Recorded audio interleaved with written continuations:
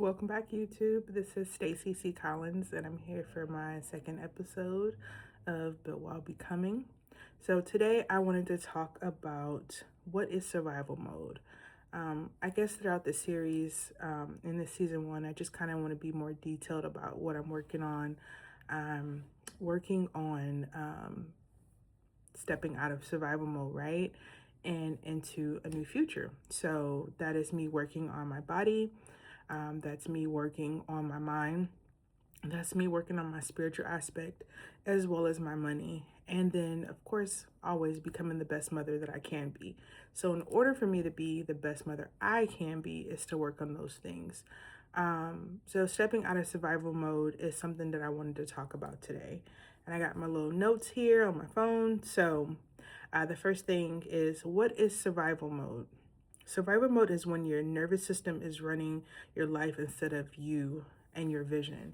And for me, I was just going 1 to 100 every day. I know in the past that I've had a vision for myself, but I'm not quite sure if I have really taken the time. No, I have. A few years ago, maybe 2017, 2018, I thought that I had a vision for my life, and I sat back and I did a vision board for myself. And on that vision board, I talked about some of the places that I wanted to go. I talked about what my body would look like.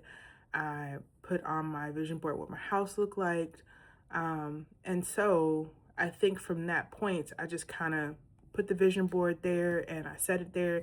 And I periodically looked at it, but I don't think I really just mapped out like an actual vision for myself. So this time around, stepping out of survival mode and into a vision and try and work, not even trying, because see, this is me changing my language too, right? Stepping out of survival mode and going into something that's stable. I had to sit down last year and look at what my life would look like if I truly had the opportunity to design my life the way I wanted it to, and to truly look at my vision. And so that's what this is mostly about, right? Is stepping outside of ourselves into someone else, into the person that we want to become. And I think I've always been in a rush. And I've noticed, starting even last year, going into this year, I'm like, you know what? Let me just chill. Let me just not rush into everything, because I always want to get to the finish line. And you know what? Being stable and being out of survival mode, um, you get the opportunity to just be, and everything tends to be like calmer, smoother. And so I'm rambling, but those are some of the things that are going on in my life. So excuse me for being all over the place. I'm still trying to structure this.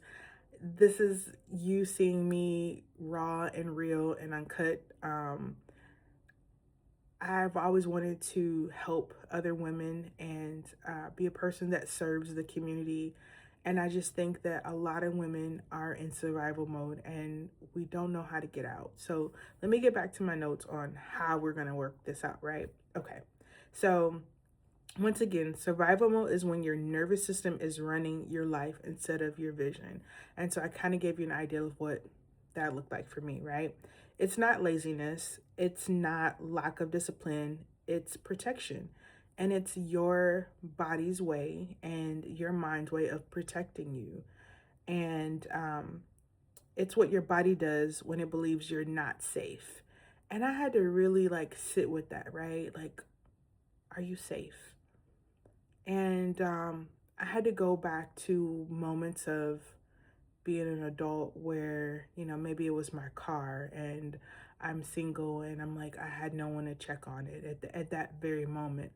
I have my mom, I have my dad, I have my brother. But in that moment, I didn't have anyone to check on my car. So that made me feel unsafe. Or being a homeowner and feeling like at the beginning of that journey and buying a house, and you feel like, okay, well, I should be married. That was my limiting belief, is I should be married to own a home. And when I moved into my house, it was so quiet. I feel like I can hear every creak, everything that was going on around my house, and I felt unsafe. And not until recently, by me having my daughter and me going into prayer and meditation, that now I feel safe at home. And it took a lot of prayer to get me to the point where I feel safe here. And so now I'm happy. I'm okay with being here, being alone, being by myself, right? And so when we also look at other ways of feeling safe, that could be financially too.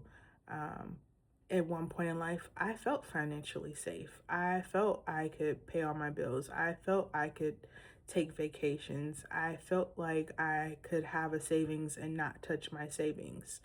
Um, but then after I filed for bankruptcy in 2025, because I paid for IVF, because my job didn't pay me for 2 months, I felt unsafe, truly unsafe. And so I think we have these moments of feeling safe, then feeling unsafe. And for all of us, it could be different reasons why we feel unsafe, but it's the unpacking of that, right?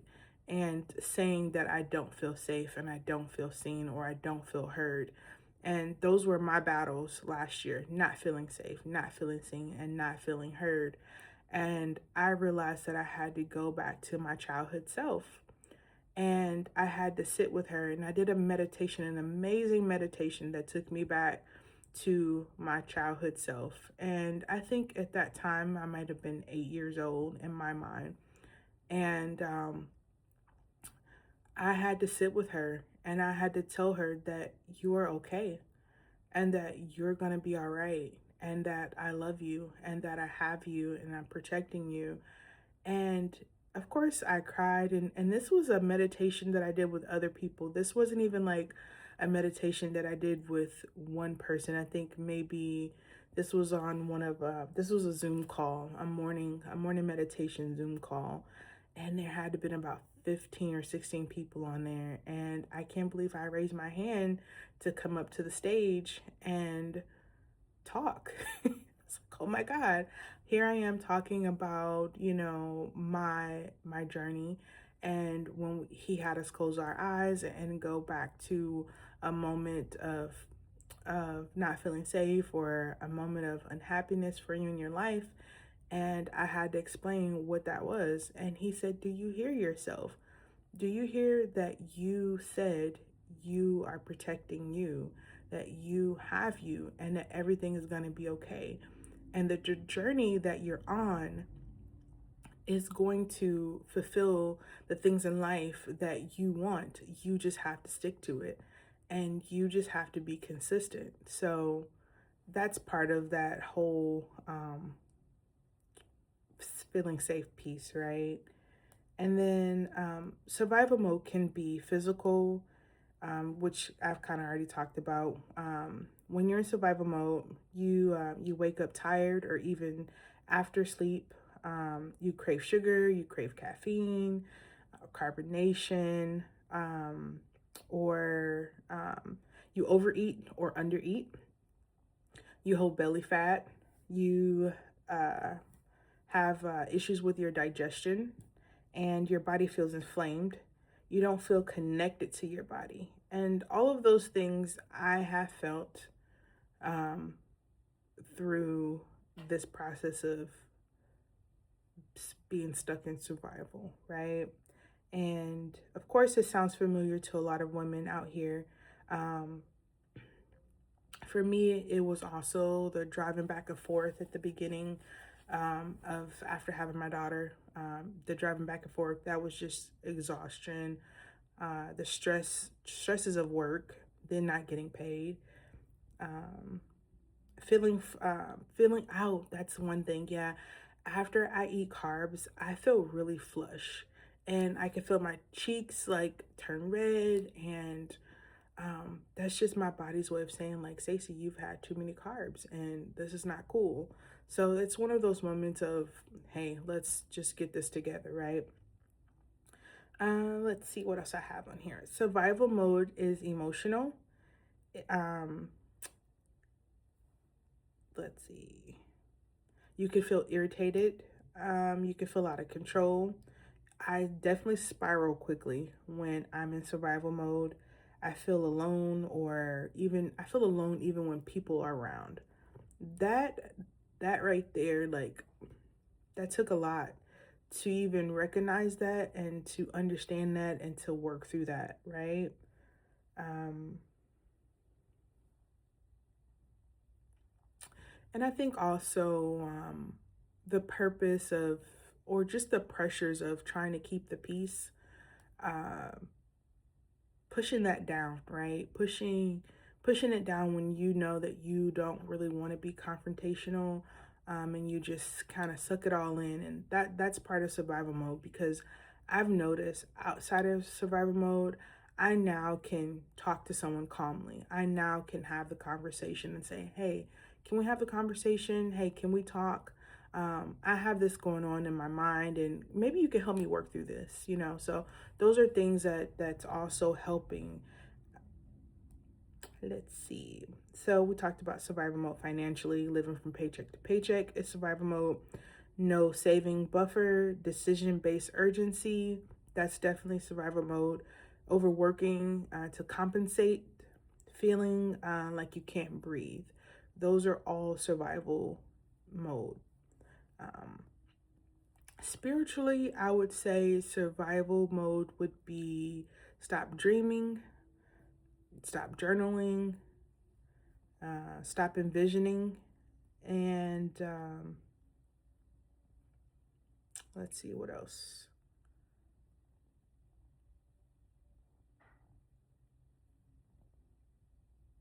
Survival mode for me at work was going to work every day and hating my job. And with that, it's, I don't know how to describe it. See, it's still something that I have to sit with, right? As you can see. So, survival mode at my job was I didn't get paid. And I realized in that moment that, okay, Stacy, you have to do something else. If you allow them to feed you, you must allow them to starve you. And that's what it was for me. And I held that. I held a grudge for a year and a half because of that. And at work, I was not doing my job. I was just there. I was working on other projects. I was just riding the clock, to be honest. I would have moments where I would check back in, but then I would check out again. And I would ride to work and I would hype myself up, hype me up. And I would get to work and I'm like, whoop. As soon as I step into the door and walk like 2 feet in the door, I'm like, yeah. But I was expecting motivation to carry me through, and motivation doesn't carry you through.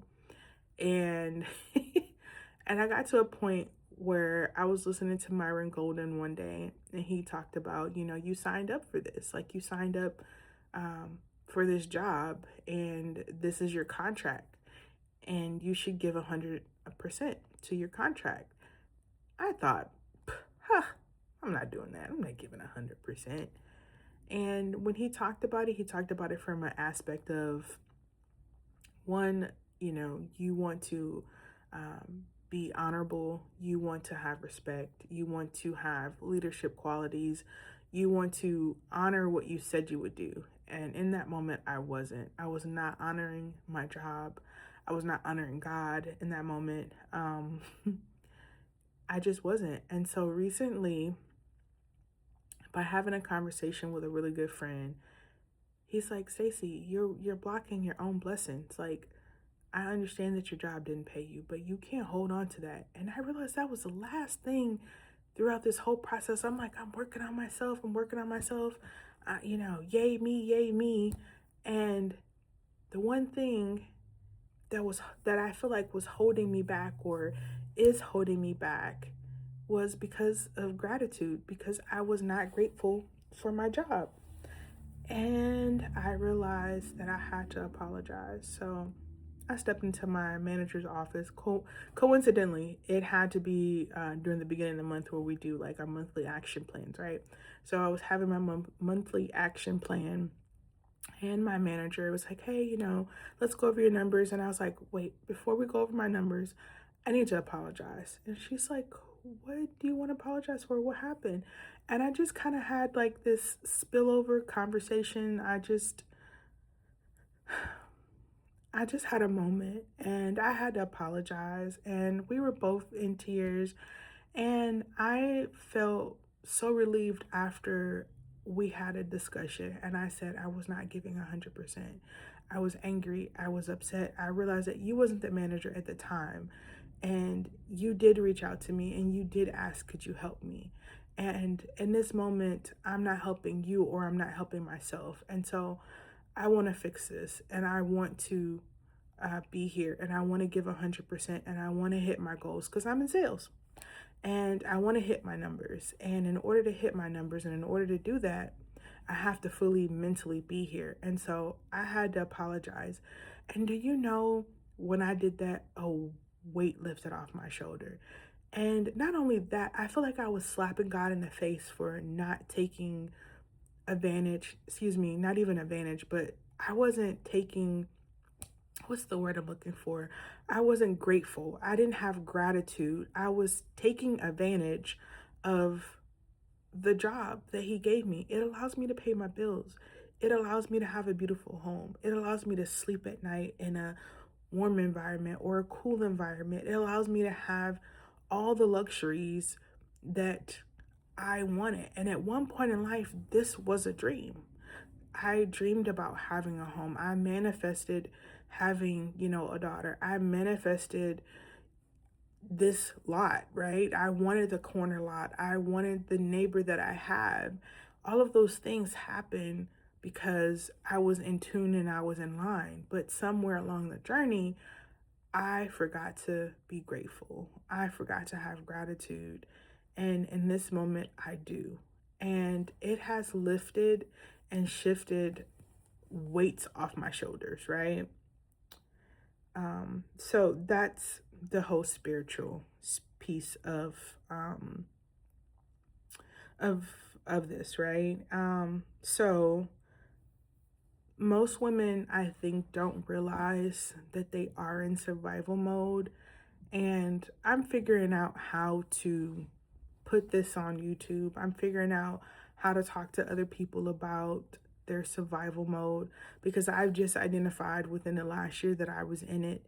And I have this sense of peace and this calmness about me now. And I used to spiral so hard where I would spiral for days and I can be mad at people for years or months or weeks. And now I realize that I don't like to be mad. And if something happens in that moment, I'm like, ugh. But then it doesn't last that long. It can last for 30 minutes or so, and I push it off, or I talk about it, or I look at it from the opposite way. Well, at least this happened, and now I can move on. And I'll give you an example of that. So this week, I needed to go to the dentist, and I had my regular dentist appointment. And the last time I went there, I I connect with the ladies there. The dentist is great, but my mom's dentist said that they, uh, could charge us less for, less and use our insurance and so on and so forth. But that dentist is on the other side of town where my mom goes. And I decided to go over there, and it took me a while to get there. So that's 45-minute drive, right? I get there, fill out the paperwork. I'm seen by the dentist. Well, I have like a retainer, a permanent retainer on this side. And because I have that retainer, they could not see me. They could not clean my teeth at this appointment. All they could do is x-rays. And I know how it is when you get someone new. Even the guy who did my x-rays, I had to get the x-rays taken twice because he didn't know what he was doing. And in this moment, I'm sitting all upset. I'm like, okay, this is working out. And then the dentist came in and said, oh, well, we can't actually clean your teeth today because the orthodontist isn't here. And I'm like, really? And so all I could think about was how my time was wasted, how I drove over here 40 minutes, how I'm going to have to drive back in traffic, how I didn't accomplish what I needed to accomplish when I could have just stayed at my dentist. And it's convenient because it's close to my mom's house. When I drop my daughter off, I can drop her off, go to the dentist, come back and get her, right? This other time, this last time last week, I'm sorry, this week, it literally took me out of my direction and out of my scope. But the lesson for me was, okay, it doesn't work for you. Then one, it's too far. It's outside of your child care. And then they you can only be seen by the orthodontist. So that means that's going to take you too much to figure that out. So go back to your regular dentist. So I am. So I thought that I was enhancing my life by finding another dental place that my family goes to. I'm like, why wouldn't I go to where my mom, my dad, and my brother go to? It doesn't work for me. And that's okay. But boy, after and I was nice, but I called my mom and I'm like, I can't believe this. I'm like, I wasted my time. And I had to like calm down in the car. I had to just breathe in. And I was like, you know what? You're going to be in traffic. It's okay. You figured out like it's just not for you. Like you had to, only thing that you sacrificed at this moment was your time. And then it was going to cost me more to go to that office than my regular office, which was insane. But that's neither here nor there. So yeah. So anyway, back to what I was saying. Let's see, where was I?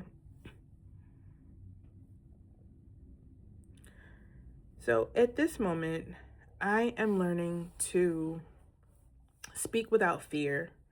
I am learning to be okay with my outcomes. I am okay with taking one step at a time, one day at a time, before I would plan out my whole life for weeks and months.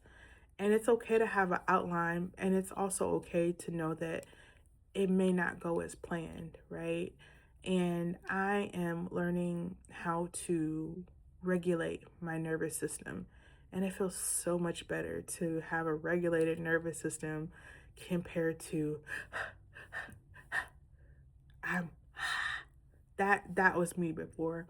And now that I'm not there, I feel so much better. And along this journey, I'll just continue to teach you guys and share my stories, and hopefully that it brings you some peace, brings you some joy. I hope you guys come along for the journey.